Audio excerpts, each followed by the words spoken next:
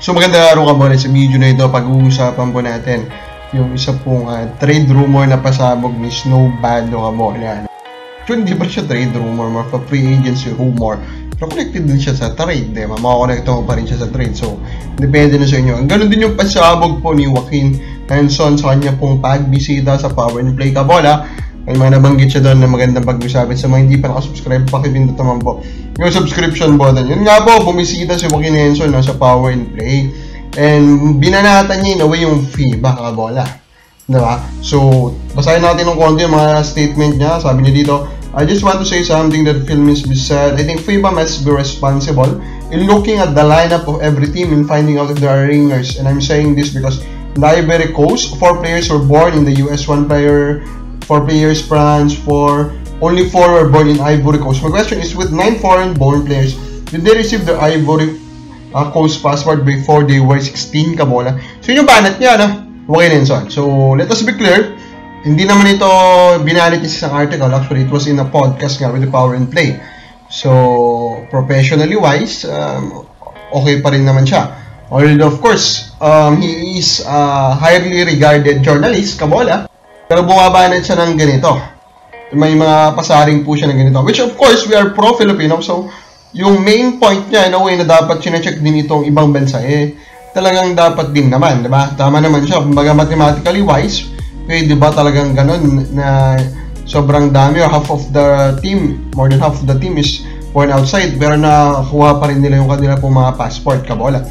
Although, he is really implying a lot of things, Kabola, diba?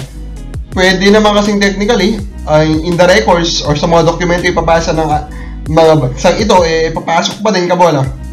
Pero knowing that, in a way, yung mga records kasi na yun, Kabola, yung mga documents na yun, actually, is done in the countries, in those countries. Like, yung Philippine passport natin is done in our country. Kung baga sinasabi ko lang naman, if there will be inside agreements that could be done, Kabola, yung 16 years old na pagkakuha ng passport can be done kahit pa 20 years old pa yung bata o yung player na yan. Ano? You get what I mean? And I'm pretty sure ganyan po yung nangyari dito sa mga ibang bansa. Diba? Although of course may point siya doon, kung gusto talagang maging stricto dito ni FIBA, Kabola, then go farther, diba? Investigahan mo din, baka niloloko lang kayo. Diba? Kasi ang Pilipinas, malamang sure naman na, diba? Tumatalima tayo, kaya ang daming players natin ang hindi po nakakapasok, diba? Now, dito naman tayo sa pasabog po nitong si Snowbado. It's about, of course, Scottie Thompson. And well said to have felt the departure of Kai as their social media account became banned after the Pinoy stopped commenting, diba?